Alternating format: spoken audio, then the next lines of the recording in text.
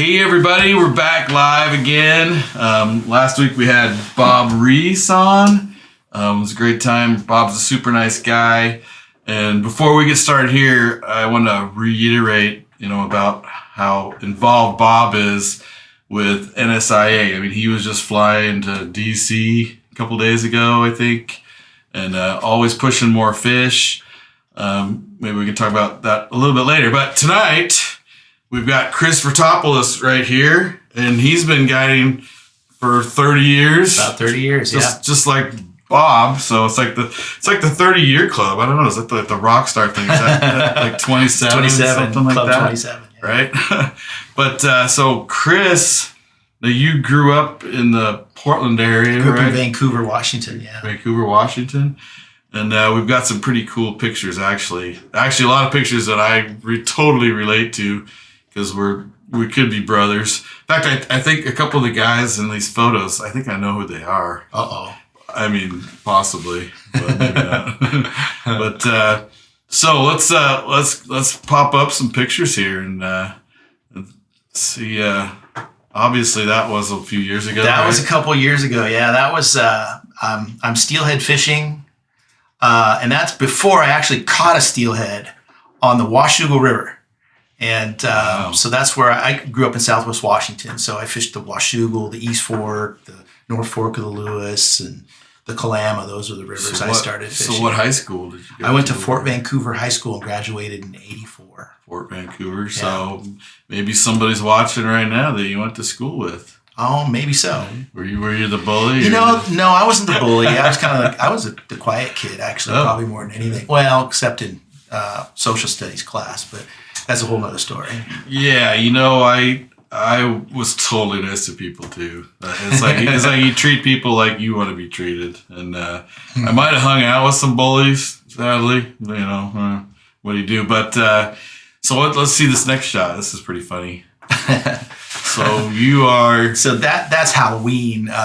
Me and some buddies, dressed up like our rock star favorite group, Kiss. And so that's me with the drumsticks there. I was a drummer. You're in the middle, right? Yeah, that's me in the middle. So we got Ace Frehley in the back. Yep. Peter Chris. That's me, and then Gene Simmons up front, my buddy Nick. You still fish with these guys?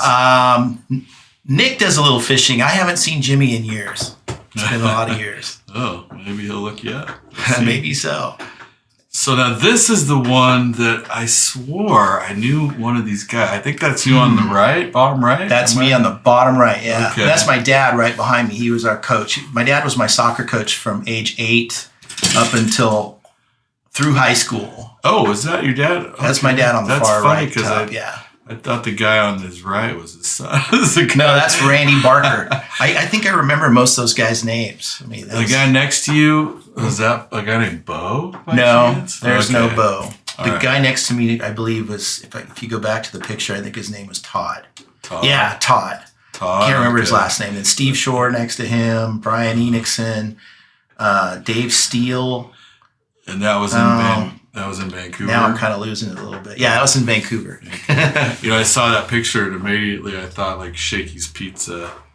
Smokey's Pizza. We used to go to Smokey's Pizza, yeah. I remember the stripes and all that kind of fun stuff. So now we're at a lake here with a fly rod, looks like. That's right. Yeah, that's on Crane Prairie Reservoir with a nice crane bow, as we called them. And nice. A couple years before that, a buddy of mine took me on a guided trip with a great fishing guide named Fred Fosse, and he worked out of Deschutes River Outfitters. And we went out in his bass boat, and we got in our float tubes, and we fished with damselfly nips. These really cool little custom-tied damselfly nips. The surface and the grass. Well, we used floating lines, really long tippets, and we stripped these things in, and we caught nice rainbows, really nice rainbows. You were using nymphs under the water. Just subsurface, just under the surface, And so after learning crane, prior to that, I had fished Crane Prairie only with power bait and lures. But I I grew up fly fishing too, and so I really wanted to learn to catch those nice rainbows. And we got some brook trout and kokanee doing it too. You know, the fly fishing is super effective for that kind of thing. Well, it's a buggy lake, Yeah. and you know, those fish know what bugs are, you know. And hey, give them what they want, right? How about you take the stonefly and just put it on a hook and while it's still. I might have done that once or twice on the Deschutes. I think everybody did that at least once, right? Huh. Or the split shot with some night crawlers. Garden hackle. Granted, they probably swallow it and it's not good, but yeah, that's kind of where you start for the most part. Power bait. That is. So this is cool. So. Do you remember what year? This is the Gold River? That is the Gold River, yeah. So I'm Island? looking at that's my first drift boat there, and that I can see my sticker on it. It says 95. Okay. And so that was the year 95, I'm assuming. And it was February, because I hitched up my drift boat to my Toyota truck, and I drove up to... Nanaimo. Actually, I drove up to Nanaimo, put my truck, trailer, and boat on a ferry, and we took the ferry over to Tsawwassen. Tsawwassen Ferry. Is that I think it's Tsawwassen. Yeah. And was it in the middle of the night? No, it wasn't. It was all day, and I got to drive all the way to the northern tip of Vancouver Island, and crossed over Vancouver Island at Campbell River, and went over to Gold River, and we're talking lots and lots of hours of driving. And I met Mike Laverty and Dave Shamp there, and Mike Laverty's dad, Bud. And we stayed in a trailer on the Gold River for a few days, and we fished for steelhead. That's down on the lower river, I think, right? Yeah. The trailer camp. Well, there was no other trailers around. It was just us. We just found the spot, I think. And we were there during an ice storm, and everything had frost and ice on it the whole time we were there. It was cold. Well, the fact that you put your drift boat in that river, I mean, you're crazy. Because I went up there too. I don't know if you remember the Peppercorn Lodge by the bridge. No, but I remember reading about you guys. There was a little lodge, like just above I think it's the first bridge. And then there's a helicopter hole there. Yeah, and then the lake hole. The golf course. Yeah. But that river is very dangerous, fast, I mean, unforgiving. So that picture there was a major rapid on the left-hand side of the river, and we had to ferry the boat around on a small side channel. On the other side of that rock is this major scary rapid, almost like a waterfall. So Mike and Dave and myself, we had to drag the drift boat around this channel to get it around this rapid. Did you have Glovett out there? Not anymore. It's gone. Yeah, but it was a very interesting trip. And then one other thing I really remember about the trip is we drifted the river a few days in a row, and you had to take the boat out at what was called the paper mill, the old paper mill at the bottom where you had to float, where those monster trucks. Yeah, and you had to float out around a point, and you're in Nootka Sound. Nootka Sound. So we had to float out into the sand, go and row around this point to this boat ramp that was at the old paper mill. And I think it was closed down when we were there. It was not operational anymore. But when we were rowing around one afternoon, these orcas came up. And here I am in my drift boat, Mike and Dave, and many yards away. Well, where's that photo? I didn't get a photo. It happened really fast. So the mill. Oh my gosh! Anytime you went and got in your truck, car, whatever, or you're about to, you would hear this. Like you'd hear this huge turbo coming down the road, and these trucks.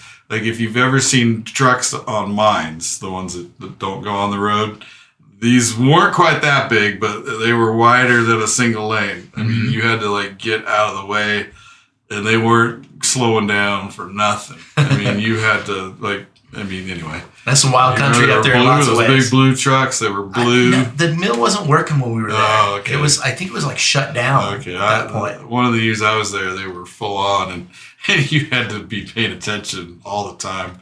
And I mean, it was like a monster coming down the road, this I mean, I can't imagine. It was probably like a 12-liter diesel or something. But anyway, cool stuff. And that place is amazing.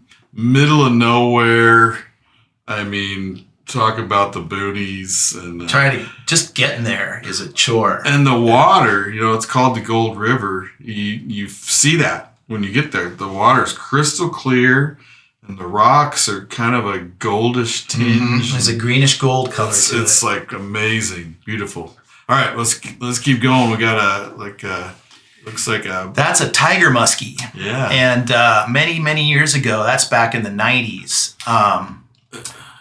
Is that a lake up in Washington? It's a lake up in Washington called Mayfield Lake. And they planted them in there. And that was shortly, a few years after they had planted them in there. They planted in there to eat the pike minnow, or squawfish as we used to call them. And so they're a hybrid fish. Tiger muskie. Yeah, they cannot reproduce. But they're very voracious. I was going to say, have you ever seen Jurassic Park? I have seen it. Never say never, right? Yeah. I mean, hey, you give life a chance, and who knows? They'll probably end up probably are a few in the Willamette somewhere. They escape. Somebody caught one in the Willamette once. It came because they planted them in Merwin now, and they've come over the Lewis River. Yeah, I remember that off a dock. I think it was. I think you're right. I read about it. So maybe in your magazine.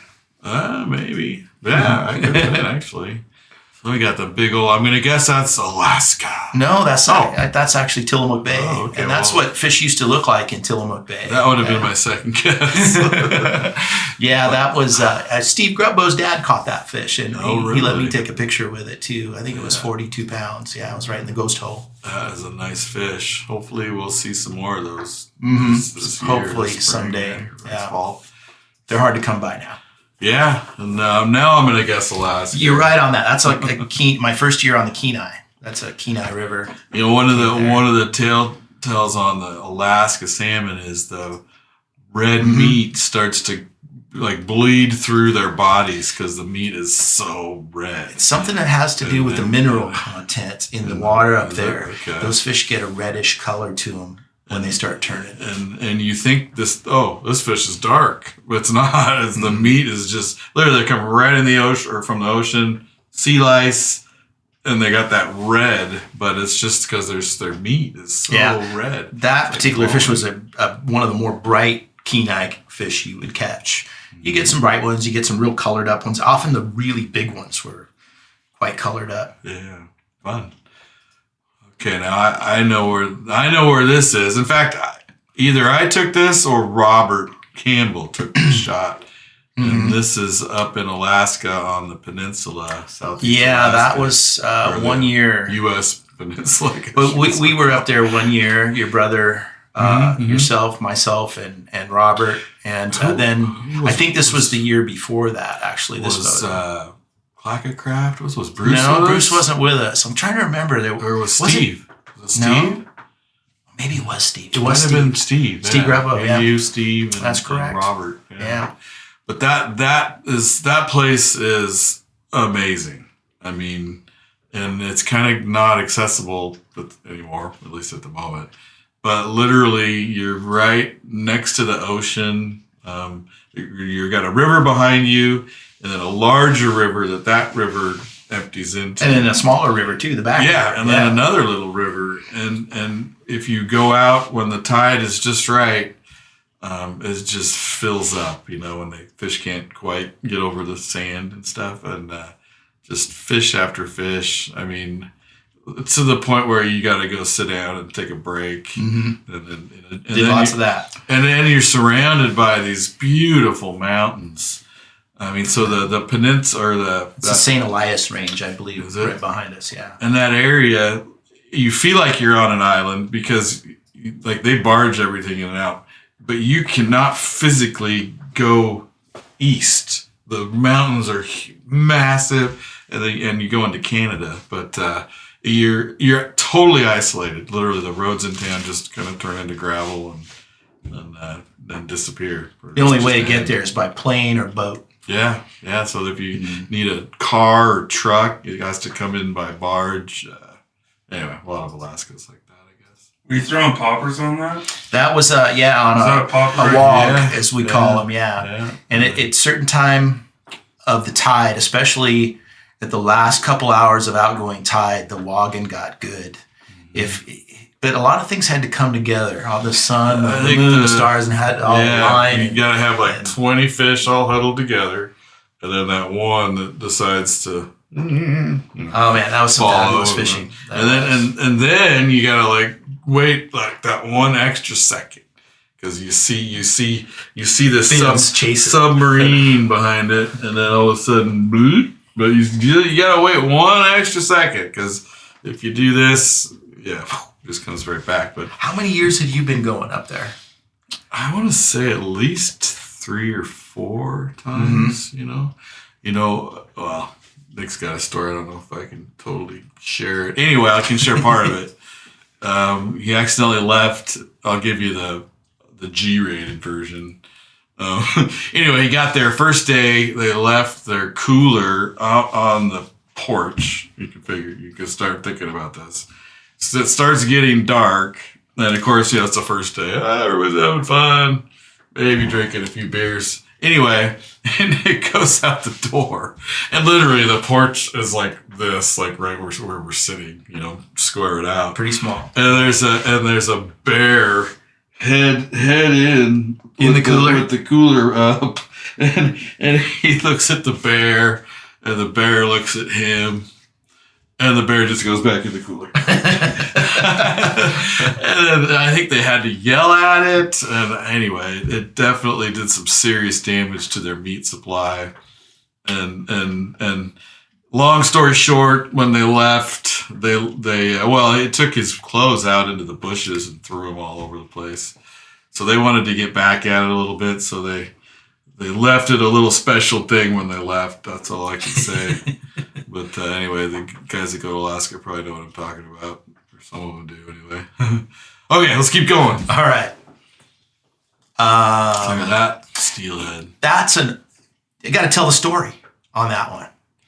So where is that? So that's on a North Coast stream. I'm not going to tell you exactly which one it is. We don't need to name anything. Yeah, no names. So it's No Name Creek. No name stream, yeah. And I had just received an old Shimano Bantam reel in the mail that I had sent to a guy up in Surrey, BC named, his business is called Timeless Shimano.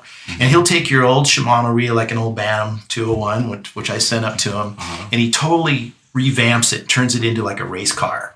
He puts new pawls and drags and stuff in it, and it's still your old Shimano Bantam. Does he change but he the improves. gear ratio a He can't. bit, or? He can't change that very much, but he'll put a longer stroke handle on it, which gives it a little bit faster retrieve.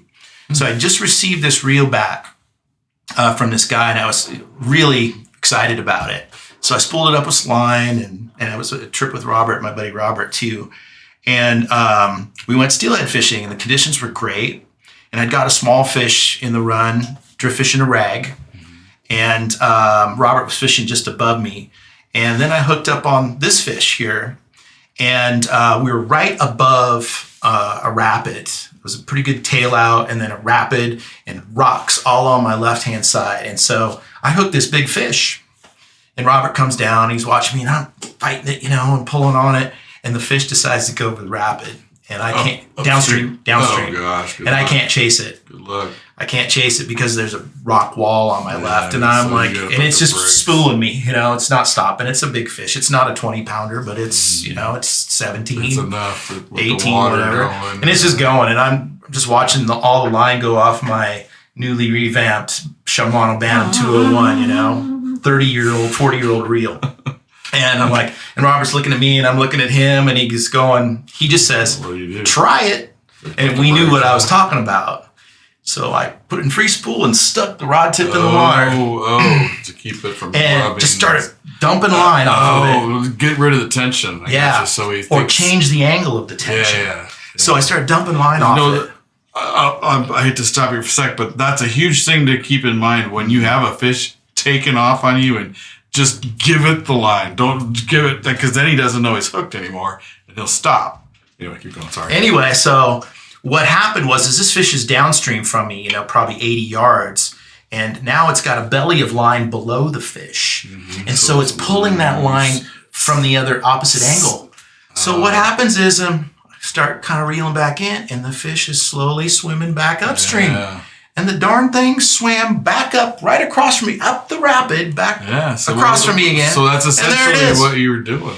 And I've tried that. Slackline it. I've tried that technique a handful of times. And, it, probably 8 out of 10 times it doesn't work. But a couple of times it did work. You have no, I mean, that's all you can do is just try it, because otherwise it just breaks off. I mean, more times than not, I've dumped out line, and the fish just keeps going and breaks me off. But there's one situation where it worked. And, going back to the gold, I had a situation similar to that where I was in some, like a really fast run with a nice little edge, right? So, of course, I had a jig or something. I got right on the edge. Boom! Just gone. Just a rocket gone downstream. I start running, and there's boulders like this on the bank, and literally as I'm falling on the rocks, and boom, the line breaks. All my line's gone. Totally spooled me, and I'm laying on the ground, dejected. I couldn't even run fast. Those fish are hot on the gold. Oh, it was just, they are hot fish. There was nothing I could do. And it was same situation. It was going to turn into a rock wall. I was just chasing after it, trying to, knowing, boom. Anyway, but that's exciting. That's a memory that you don't forget. Never forget. Right? Yeah. So this is you down at Buoy 10. No, that's actually Garibaldi. A buddy okay. took that picture, and it turned out to be a decent picture. So that's just a cool shot. That's like you're a Montana guide or something. I think he's a professional photographer. Actually, is he? Okay, well, he captured it. Yeah, he did. He used a filter or something to totally make that look cool. Yeah, that's at the Marina in Garibaldi. So I think this next one is another steelhead, right? That's a nice big North Coast hatchery steelhead. That was a big fish year. We got a lot of big fish back that year, and that was a 21-pounder. Is that a client that you That's take? a client, yeah. Bob Cabal is his name. I remember his name. So what were you fishing with on that one? We got that one on a Yarny. Yarny? A Yarny and some easy eggs. You know what easy eggs are? Those little latex rubber eggs. Yeah. Oh, yeah. I use those a lot. I still use them. You can still buy them, right? They're kind of hard to find, but I have a good supply of them, so I'm probably set up. But I use them. There's a company they did a spinoff on it. It's like the Gooey Bob, right? Well, they're in a little chain actually, and they're single eggs in a chain, and you can break them off in 2s or 3s or what have you. And they're made of a different material than your typical plastic eggs and soft beads and stuff. And I want to say it's got some latex in it or something, but they're extremely durable, and they're strong, so and you can use them over and over again. But there's another kind of smaller or lesser known thing about easy eggs that make them wonderful is because of the material they're made of, they absorb oils and scents. And so you can put them in a container with some smelly jelly or what have you, and they actually, if you leave them a couple days, you'll see them swell up. They swell up and absorb some of that scent. So it's almost like a sponge. It's just... But they're a very extremely durable, soft egg. That's what they are. Wow. Great stuff. So we got another nice steelhead here. Is that the Zipper Lip River? That's the Zipper Lip River. Yeah, it's another... Really nice. I stood in that spot, and I think I hooked 6 steelhead or hooked 4 steelhead and 6 casts, I think, in that one spot there. That is a beautiful fish. That's my better half over there. That's Heather. So where is that? That's up in Washington, up on one of the Olympic Peninsula rivers, and I was fishing we're doing some trade trips with guide Joe Superfisky, and I took. Heather and I had just started dating then, and took her. That was our first fishing trip together. Oh, really? And we caught some coho with Joe. So Joe is a very animated guy. Oh, boy. I haven't seen him for years. He used to come to the show sometimes. Is that where you met him at the show? I believe so. Yeah, I think it was at the show. We just kind of started talking fishing and talked about trading some fishing trips. I'll take him fishing. He takes me fishing. And he lived in Washington. yeah, he was up in Aberdeen area. Yeah, up on the South Peninsula. The guy, he was very animated. I mean, funny. Funny guy. Funny guy. Loved to fish. Lots of F-bombs. He's famous for that. So who is this? That's our 14-year-old. Now she's 14. That's our 14-year-old daughter, Molly. She was 7 there in that picture. That's her first steelhead. And another great story. That's a nice fish. It was first week of December, and we went down to the Wilson River. You know, they get a few early fish there still. And I wasn't going to start guiding till after Christmas, but I wanted to get her out fishing and wanted to go fishing myself. And so we go, and just her and I put the drift boat in at Donaldson's, and got a bobber dog and set up just like this. And she's never caught a steelhead. She's caught some coho salmon prior to this, and trout, of course. And put the rod together, and I cast this setup over. Right as we put the boat in, I cast a setup over, and I handed her the rod, and we're just kind of floating, and I'm telling her, okay, so you want to watch that bobber, and if the bobber shoots down, just start reeling. And she goes like this right away. She goes, I got one. And I'm like, oh, no, she doesn't. She's got what? I just gave you the talk. Just got a snag. You know, I mean, it was immediate. It was literally immediately she did that. And I'm like, oh, she's just got a snag. But then I hear all this splashing going on. I turn around, and there's a steelhead jumping. Wow, and that fish is beautiful. That's a really nice fish. Yeah, well, you know, she's small there, so it looks like it's bigger, but it's about a 7-pounder or so. But anyway, we ended up having to float down around the corner to land that fish, and through kind of a little riffle rapid kind of thing, and we come around the corner, and the fish is going around the boat, and it's just, you know, I'm thinking she's gonna lose it. But she held on, and the fish is just jumping and flopping, and she's doing everything she can to reel. And we pull around the corner, and there's Terry Mulkey anchored up there. And his 2 guys are just standing there in the boat, and they're cheering her on and clapping and all that. And I pull the boat in and jump out, grab the net, and net the fish, and we shot it. And they gave her a big round of applause and everything. And she was so excited. Every kid should have that experience. You know, now I can't get her to go fishing. She's just not interested in it right now because she's 14. Yeah. The fishing's not cool now. Parents aren't cool. They're not till they're like 20-something, right? That's right. So let's check out the rig here. Hit the. Let me open the spool up here. There's probably a hook right here because you got the bead. Yeah. But I think you were talking about this a little bit on Outdoor GPS. Actually, oh, you watched that show? Huh? I did, and so you've got the loop knot, right? Yeah, kind of where you literally tie almost like a dropper. It's just an overhand knot, with a loop. Like some people call it the noosh knot, and it just works out really well for me. It wasn't my idea, it wasn't my invention by any means, but but it's very efficient. And you can make a lot of these really fast. Really fast. And the beauty of this is if you're a bead fisherman, especially a soft bead fisherman, one of your issues is that, you know, after a hook set or after a few casts or whatever, your bead always ends up sliding down to your hook, but you want to keep that 3-finger distance in there, right? Yeah. Well, this way, it almost never happens. And because you've got a knot here, then I put a couple little sequins there, and that stops that darn bead from sliding over your bead stop or what have you. And now, I'm not talking negative about the bead stop. The bead stop's a great product that Brandon from NR made. This is all personal preference type stuff. But so I found a new place for the bead stop. And you can put that on here if you want. You can. And slide it down. But this way, you're not going to get any slippage there. That's the beauty of that deal. And that's a B&R soft bead right there. So you've got enough slack down there to bring your body over here. I've got a stick weight. I use stick weights, and this is a Bomax stick weight, and I cover it up with heat shrink tubing, and that makes it super slick. So you don't lose much lead that way. I can go sometimes on certain rivers that are less snaggy than others. I can go all day without losing a sinker. The only way I lose sinkers is if they cast in the trees, fishing for squirrels. Yeah, and this just naturally kind of wants to just pop out and over it. And you know what? If it was to get stuck in a rock, it just pulls right out.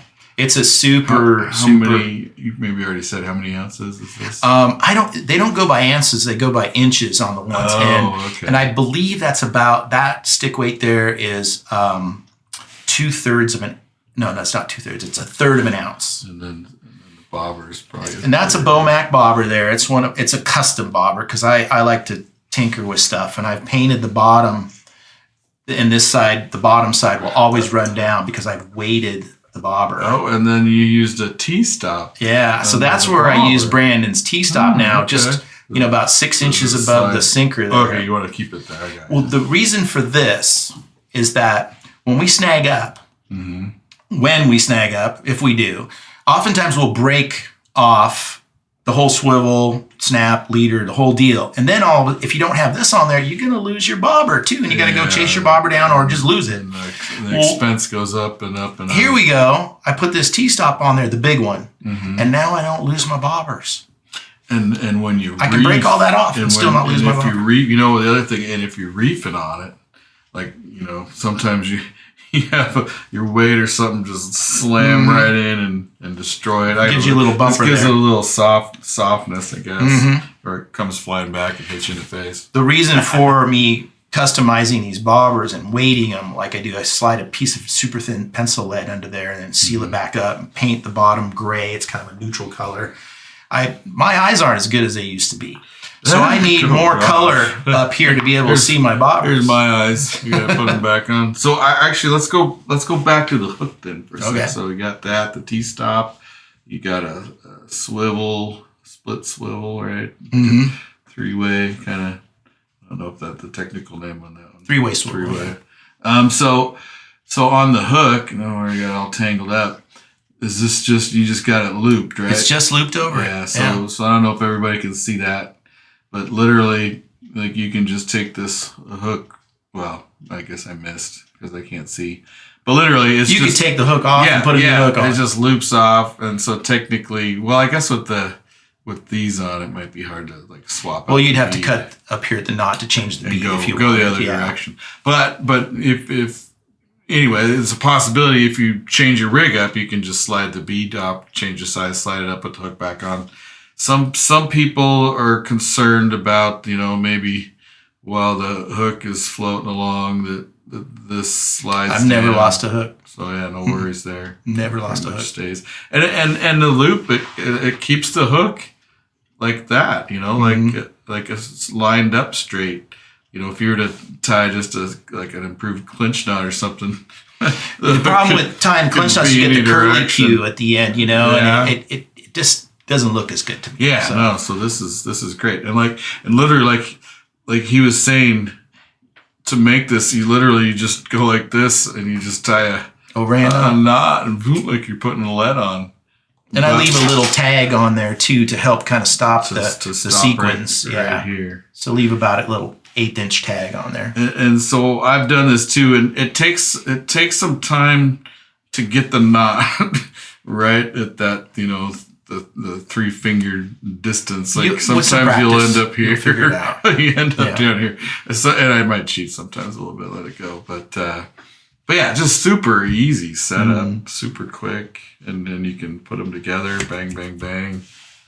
And that's awesome. So you got a 3000. What 3000 Shimano. It's a new G Loomis IMX Pro. And for the rod, you got it how long? It's a 6 to 10 pound test rod. It's a little on the lighter side, but it's got good power to it. 9.3, right?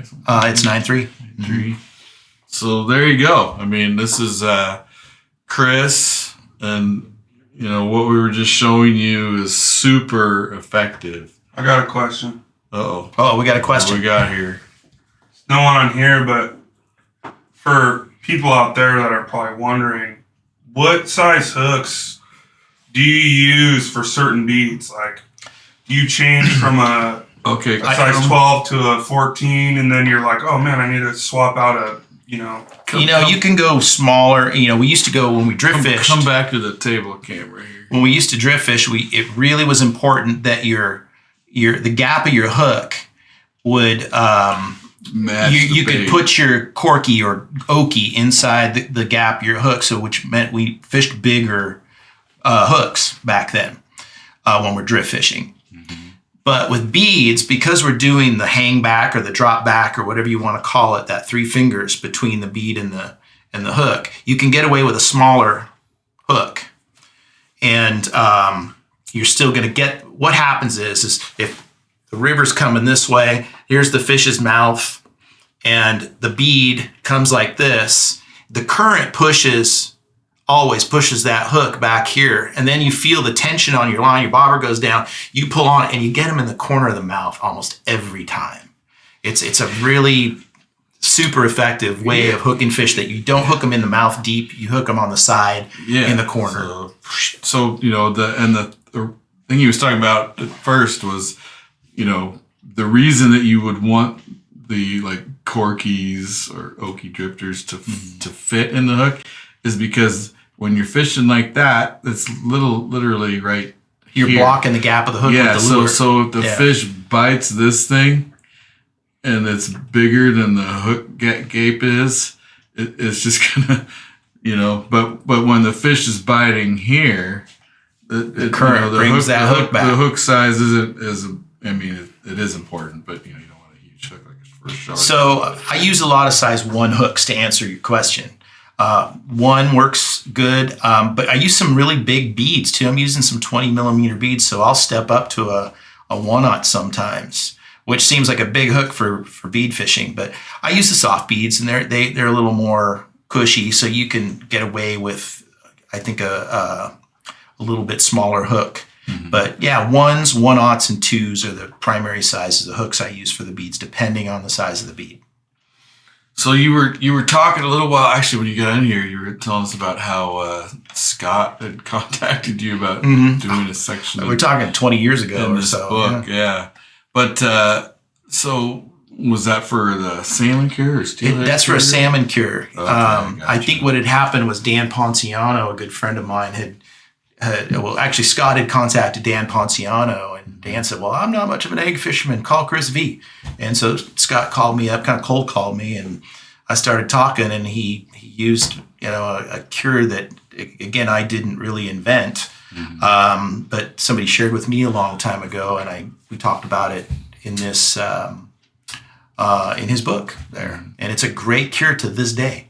Oh, yeah. It's a cure that I use to this day. And, and honestly, Chris is guiding and he wants something that's effective, that you can keep, keeping your stuff in the water all the time is huge. When I first started fishing with a friend of mine, he was drift fishing, I was jig fishing. And literally I was hooking fish while he was retying weights and leaders on, breaking things off. So this, the bead fishing rig is very, like you said, anti-snag. This doesn't get stuck very often. So, if you switch to, even if you switch to eggs, that's not necessarily going to snag up all the time. But this is just very effective, and you're always in the water. You don't have to be spending all that time retying, and somebody's just waiting to get a rod to cast or what. Don't get me wrong, stuff happens. Trees. Yeah, trees happen. Trees happen, yeah. Which is, it just happens. So, James, you got any more questions back there? No questions. No questions. So Chris, your family moved here in the 60s? My mom is from here, and my dad is from the old country. He's from Greece. Mm-hmm. And in a roundabout way, my mom and dad met here in Portland. My dad was here he was working on a ship, and they met here, and I think it was in 1963. And they ended up getting married. My dad had a little trouble coming here because he was a Greek citizen, but with some help from John F. Kennedy, my dad was able to come here. Wow. With his papers and everything, and then I came along. So I was born here. Do you have any brothers or sisters? I have a sister who's just a little bit younger than I am. Oh, okay. And she's over in Vancouver. She's a hairstylist, doing very well. Was your dad a big fisherman? Not at all. Your mom? Not my mom. Nobody in my family fished. So you were kind of wandering off fishing these places. Well, the short, to keep the story somewhat short, I found it when I was about 7 years old. I found a fishing rod in my grandmother's garage out rural past Vancouver. And she said, take it. It was your uncle's. He never used it. And so I took it, and I wanted to go fishing. And but I had no experience doing it. My dad had no experience doing it. My grandpa had no experience doing it. I had no influence. What about your buddies, your friends? Well, no, they weren't. We rode motocross bikes, but we weren't. But I wanted to go fishing. Yeah. And so my dad was great about taking me fishing on the weekends. And he would almost every weekend, if we didn't have soccer practice or soccer games or whatever going on, my dad would take me out to the Washougal, to Lacamas Lake, Battleground Lake, the Lewis River, wherever. And he'd sit in the car and read the newspaper while I fished. Yeah, wow. He was really good about taking me. In fact, I was on Lacamas Lake fishing out of my little vinyl raft when Mount St. Helens blew on May 18th, 1980. Oh, wow. Oh, so you were pretty close. Closer to it, but it blew to the north, so I was to the south. But I remember seeing the plume of smoke over the hillside. Oh, yeah, that was huge. Over the hillside there. My dad's waving at me, come in. And he got all worried because he was listening on the car radio what was going on. He said, we got to go home. You know, volcano just blew its top in Iceland. In Iceland, yeah. I mean, massive. This isn't like a little. This was. It's not even a volcano. It's a fissure on a peninsula that's like 2 miles long. The whole fissure is erupting. It wants to be a volcano. Yeah. It's turning into a volcano, but not in our lifetime. Wow, that's crazy. So there's some other cool stuff. Actually, I need to bring up the fact that Chris has been super involved with all the Northwest groups. He's at the NSIA get-togethers all the time. He does the rendezvous. I don't know, how long have you been doing that? For 25 years at least, yeah. So do you run a boat? I guide in the rendezvous, but I'm also on the board of the North Coast Salmon Steelhead Enhancement Fund, which puts on the rendezvous. And I've been on the board with the guys, Jack Smith and Tim Juarez and all them for over forever. 12 years, for a long time, yeah. So did you ever work with the Steelheaders? Or? Yeah, I was a member of the Steelheaders. I've various chapters back before I even started guiding. I donate trips to them and do things for them, advocate for them on occasion too. Yeah. Yeah, and every time I'm at some event, Chris is there. I'm pretty social, huh? No, it's a good thing, to be involved with the different groups in your area. So I was just talking to the board members at NSIA today, and we've had this thing going on with the dams, on the Columbia, and I want to say that they've kind of put some brakes on that. A little bit. Well, I hear some positive stuff about it too. But because there's groups like NSIA, they're able to give it that little push. And Bob has been very active with that stuff.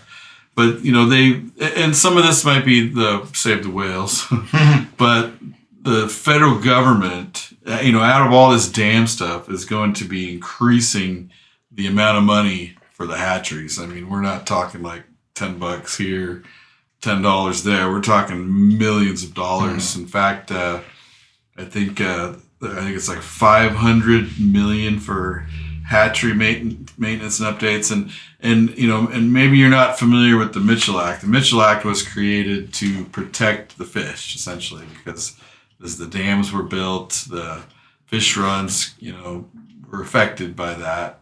And so that's in place to do what it's doing right now. And you got all these different groups that are involved. You got the sports guys, you got the commercial guys, and the natives, and everybody wants their little piece. And so NSIA is that voice that can go to the Capitol or or go to DC, go to the Capitol here in Oregon and Salem, and have a voice that can say, hey, we need some money, we need some help.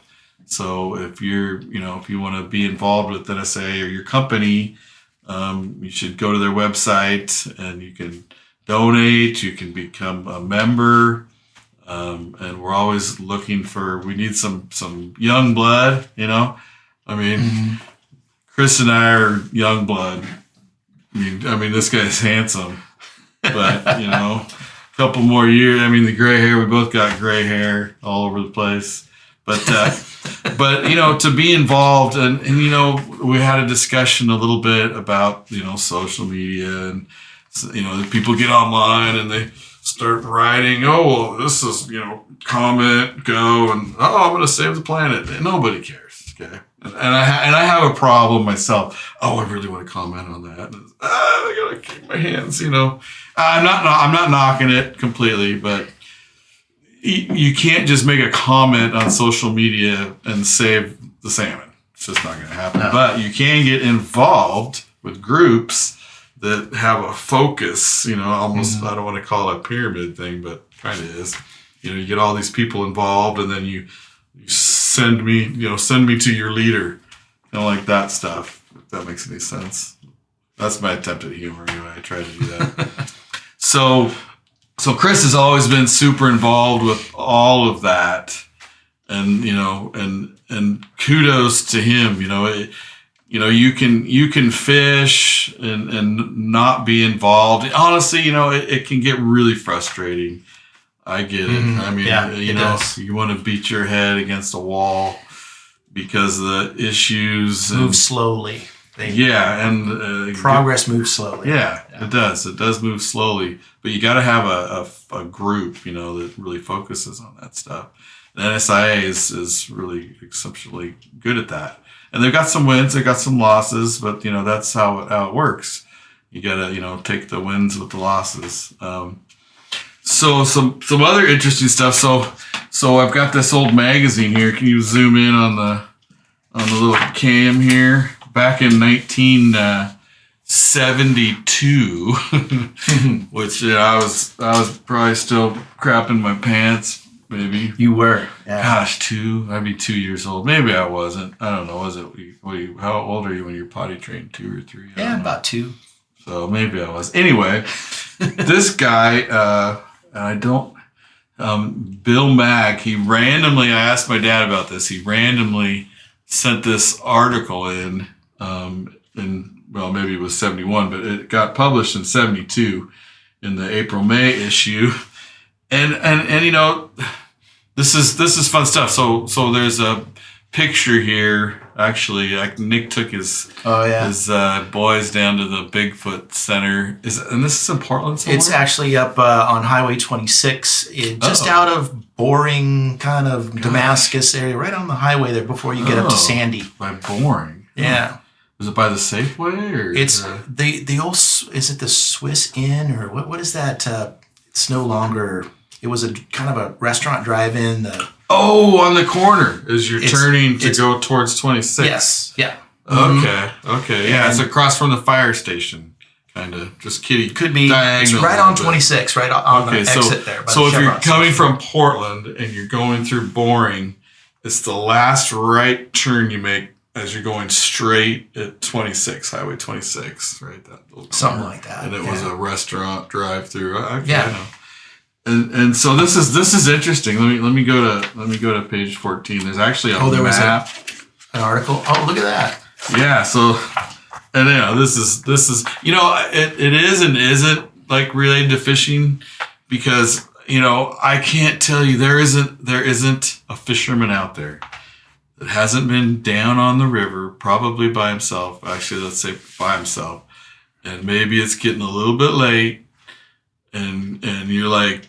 You get this hair pop up on the back of your neck, right? And I've been there. I think everybody's been there. And you're like, and then you hear a noise, and then you just feel like there's something watching you. Could be a cougar, who knows, right? Mm-hmm. But That's just part of this kind of stuff. You know, so this is kind of cool. This is actually, go back to the little map here. It's got, and I just kind of, honestly, I've never really looked this closely until today. There's actually, and Chris was telling me about this, there's like a highway here. Well, it's kind of the Cascades from Eureka all the way to BC. It's the backbone of the Cascades. And then it continues down by San Francisco. It must flatten out here. Yeah, it's the Sierras down there in that mountain range.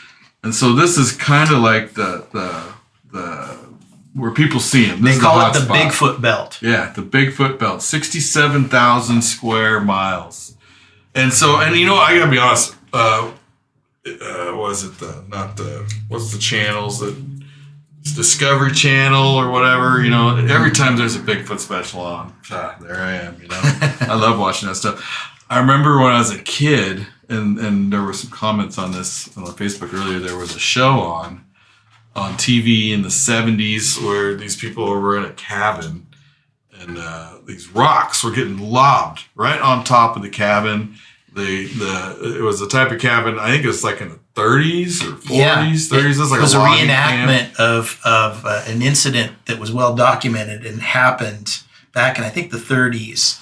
Yeah, and it right happened where you grew up. Yeah, it happened right south of Mount St. Helens at an old mine site. And there was a cabin up there, and the guys got scared out of there and ran out the next day. They hunkered in. They like closed all the, like it was a cabin you could lock down for the winter with the windows that, you know, you could put 2x4s on. And so they totally locked down, and just this, I guess it happened all night, and then they took off and told their story. But I saw that when I was a kid. They made the newspaper.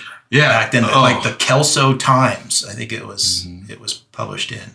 Crazy stuff. But so yeah, we're gonna actually put this article in the next issue. Oh, great! So if, you know, you guys want to subscribe, go to the Salmon Trout Steelheader website, and you know, and this is, I mean, it's interesting, and you know, there's people that have had encounters that, you know, it scares the EBGBs out of you, but it's so like it makes you a believer. You know, like you see it, you hear something. I don't know. There's a lot. Well, we can't. You know, I don't want to mention names, but it's like I don't know how to explain it. What would you call it? There's something out there. I think a lot of people are seeing something that you can't just knock off as a bear or a cougar. Yeah, and a lot of credible people are, you know, having encounters of some sort with something that you just can't wash away as a bear all the time. Yeah, my dad told us a story. He used to have this old wooden drift boat in the 70s, and he was floating some river out in the boonies, you know, put in here, take out there. Nothing in between, no road, no houses.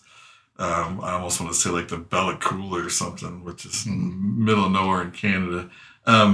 But his friend Dick and him were anchored, probably drift fishing, and out of nowhere, this blood-curdling scream. Just like it's in a valley, big trees, fir trees, and like, you know, they both looked at each other and they started rowing out. They left, and that's how like freaky some of this stuff is. I mean, and anyway, and then so this guy he wrote this article and sent it into the magazine, and it's really interesting. And you know, you saw Frankie and Ronnie at that place up in I think it's called the North American Bigfoot Center. Yeah, so if you're ever in Boring, go check it out. Take the kids, and you can learn about Bigfoot. Actually, there's Bigfoot statues at Bonneville Dam, just over here in Selwood. It's part of Northwest culture, and dating back to even before white men were here. I mean, it's part of Native culture. Yeah, all over the world, like people that tribes that didn't even know each other have the same stories. So that's gotta mean something. I would definitely say. So you're doing the Steelhead coming up here? Yeah, I started on January 3rd. I'm gonna probably go fishing this week here, just to kind of go fishing because it's been a while. And but yeah, I start guiding on the 3rd of January. So I have heard that there's some fish at the coast. You know, probably at the Secret River. Yeah. But there's definitely some fish around. I know this for a fact. And I've seen some pictures. And apparently they like beads. But yeah, you definitely, if you want to go fishing and you want to go with Chris, I'm gonna put his phone number and his website information down in the notes here, and then so 2 weeks, and then they can get a hold of you with your cell phone, or do you want? I'm actually full for the season already for Steelhead season. Okay, forget that. But actually, I got one opening. I think like the 4th or the 8th or something like that of January. Which if I fish, I do. If I don't, I don't. But yeah, I got a 1 day open for the Steelhead season. After that, it's spring Chinook. Wow. What about springers? You got any openings there? I do have some openings for springers. I generally book that a little later because we don't know what the season's going to be like yet. The openings, and closings, and March, and all that fun stuff, right? Hey, I want to tell you something, Tony, too. I've been a big fan of your magazine since I was a kid. Oh, thanks. And many of these old issues, not back this far, I don't have this issue, but many of these old issues I still have. And I was a subscriber forever, and I've saved them all. Well, and I memorized a lot of these articles almost, and they become personal after a while, or there's something that you picked up like forever. Like you read something and you're like, okay, I got to start doing that, and it just stays with you. Yeah. Well, this is the stuff I paid attention to when I read it when I was young. Now, history and all the subjects in school and stuff, I read it because I had to, but I read this because I wanted to. I think there's literally a picture.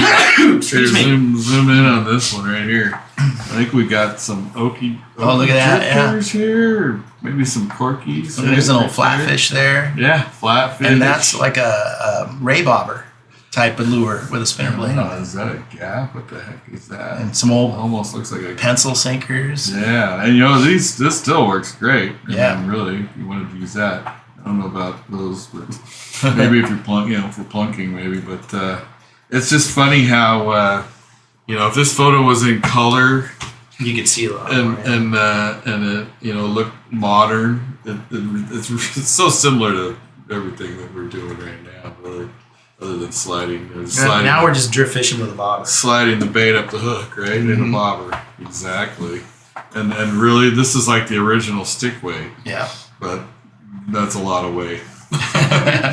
You'd be fishing like a 10-foot hole with the falls in front of it. But we had to use more weight back then because we had thick line. That's part of it right there. Oh, yeah. Oh, I can't tell you how many times, I was doing the jig and bobber thing early on. The old Jim Bradbury jig and bobber. Yeah, and you get a snag, and you go to the yank it out, and it would give, right, and then you reel it back, and and then you've got somebody else's rig, right, and it's like 50-pound tests with this big chunk of lead and this hook that you're sometimes a big old treble hook. You're like, whoa, is dude using that? I mean, bright drift fishing, but anyway, it's just you know what? Everybody has their own little techniques, line weights.